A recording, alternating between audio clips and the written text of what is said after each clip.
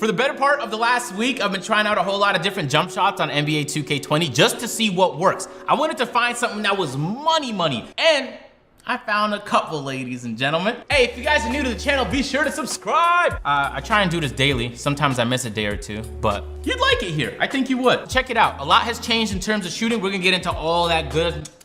Okay, we're gonna get into all that goodness. And I'm gonna share 2 jump shots with y'all that I swear is money. And Mike Wang, if you patch any of these jump shots, bro, it's gonna be keys. So let's get into it. The last video I made, this is what the tier list looked like. And I told you guys when that video dropped that the game was new. Things were gonna change, sometimes in the form of a patch, or sometimes somebody just found something in one of the badges and it turns out to be OP. This right here is the brand new tier list, ladies and gentlemen. Let's zoom in. I'm not gonna go into all these because there's no need to, but I'm gonna point out the ones that moved up or down. 1, Green Machine went up. Used to be a tier B, now it's a tier A. Ladies and gentlemen, if you have 20 badges available for shooting and you're not Hall of Faming Green Machine, you're bugging. The name of the game this year is to hit your greens. We don't do whites. Deadeye actually dropped. It's been very controversial. Some people say Deadeye does not work. Some people say Deadeye makes all the difference. Kind of the same with difficult shots, to be honest with you. I had Deadeye Hall of Fame for a whole week and I didn't see me hitting more consistent shots. In fact, I found that if I had Hall of Fame Green Machine and Hot Zone Hunter, I felt more confident shooting contested shots than when I had Deadeye. So Green Machine took the A and Deadeye took the B. I've been hearing some good reviews from Steady Shooter, which is weird because if you read the description of the badge, it sounds wildly counterproductive. It's no longer in the worst tier. Doesn't make it usable. I'd still take a lot of other badges over it, but it's a tier C now. Those are kind of like the key points. This is what my badge situation looks like right now. Let me show y'all. All right, let me get a towel. It's just hot, guys. It's because, you know, I live in Atlanta, so it's like, you know, it's mad. All right, so these are the badges I have on my player. Shooting is maxed out. Hall of Fame Catch and Shoot, Hall of Fame Green Machine, Hot Zone Hunter, Range Extender. I actually relegated Quick Draw to gold because that's what I was comfortable with on 2K17, 18, and 19. I don't want those very quick releases. Plus, I'd kind of rather use that upgrade elsewhere, and that silver went to Deadeye. So it is still useful, but I wouldn't remove my Green Machine for a Deadeye. I also said I was gonna try Volume Shooter and I haven't tried it yet. So that's why it's still on no man's land. I still think it has promise. I just haven't gotten a chance to test it. Also, I haven't heard any reviews from Volume Shooter yet. So it still has yet to be placed on the list. All right, ladies and gentlemen, let's get into the jump shots. Jump shots are, in its essence, very simple. You click square, or is it X on the Xbox? And you let go when it reaches the brim of the shot meter. Don't let anybody complicate it, all right? Because there are a lot of details, but those details shouldn't overwhelm you to the point where you can't even click square no more. It's very, very simple. There are, though, a lot of things that change whether or not a jump shot looks similar for me than it will for you. For example, your player is left-handed or right-handed. What's the wingspan? What's the height on your player? This year, do you have Hall of Fame quick draw or no quick draw at all? And quick draw actually works differently. It does for big man than it does for guard. So it's like, there's a lot of different factors. None of these jump shots I show or anyone shows you will look identical with your player. The goal is, though, with any one of these jump shots is just to have one that's easy enough so that there's an easy cue. You know when to release the square button.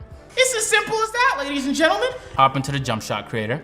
And I'll sit here for like 30 minutes to an hour just crafting like 10 or 15 jump shots. And then I spend the next 3 or 4 days just running through those shots over the course of games, just testing them out. One of the jump shots I tested was this one. Now, in previous years, I used to tag Kyrie as my release 1 and release 2, but Kyrie looks totally different this year. And I don't feel comfortable using it. And so I've been looking for substitutes. The 2 best substitutes I found so far, which in my opinion even work better than Kyrie did in 18 and 19, is Kyle Korver and Carmelo Anthony. So I've been trying Kyle Korver as a release 1 and release 2 on a lot of different bases. This was one of the ones I tested. So I never look at my shot meter when I shoot. You guys know that. If you feel comfortable enough with your jump shot, turn off the shot meter. You get like a 5-6% boost to your shooting this year. So what I'll usually do is I'll just look at the player. When his elbow does that, release the ball. When his feet tap, release the ball. If you can find a cue like that, it's gonna be money for you. Rhythm shooter, easy. But if you're stuck looking at your shot meter, you're never gonna be able to shoot consistently. You shouldn't be looking at your shot meter like that.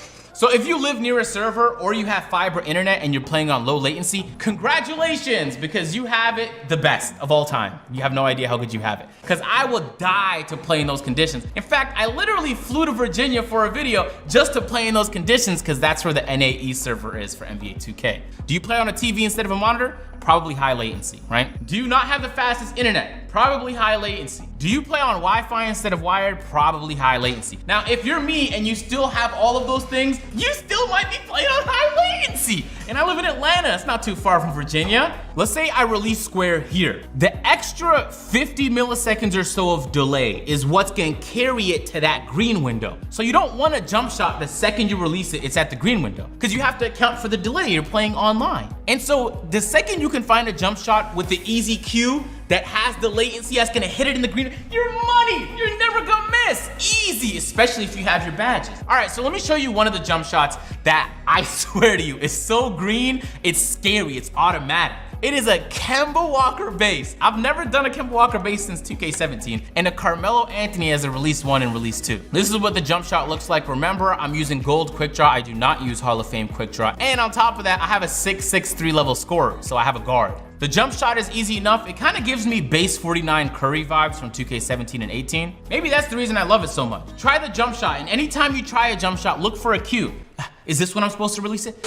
This jump shot right here, ladies and gentlemen, is my favorite jump shot I've used in years of playing NBA 2K. The base is jump shot 98, the release 1 is Derrick Rose, release 2 is Derrick Rose. For those who don't know, NBA 2K Live went out there and did the test. Base 98 has one of the biggest green windows of any base on the game. When I found that information out, I said, well, damn, I'm gonna try and merge it with some releases to see if I can make it work. It's a fairly quick jump shot. It has good limitless range, or now range extender potential, and it's very, very consistent. Look how fucking beautiful it looks. The second the ball stops moving vertically, that's my cue. I release the square button, the latency carries it to the green window, and it's just cash every single time. And I have a 3-level scorer. I don't even have a sharp or a stretch. So it's like the fact that I'm shooting that consistently with my build lets me know if I had those 30 shooting badges and a 94 open shot 3 with boost, it's a wrap, it's over. So if I had to recommend any jump shot, it would be this one right here. Remember, it only works in high latency. If you deal with low latency, you'll end up releasing it too early. You'll get a lot of slightly.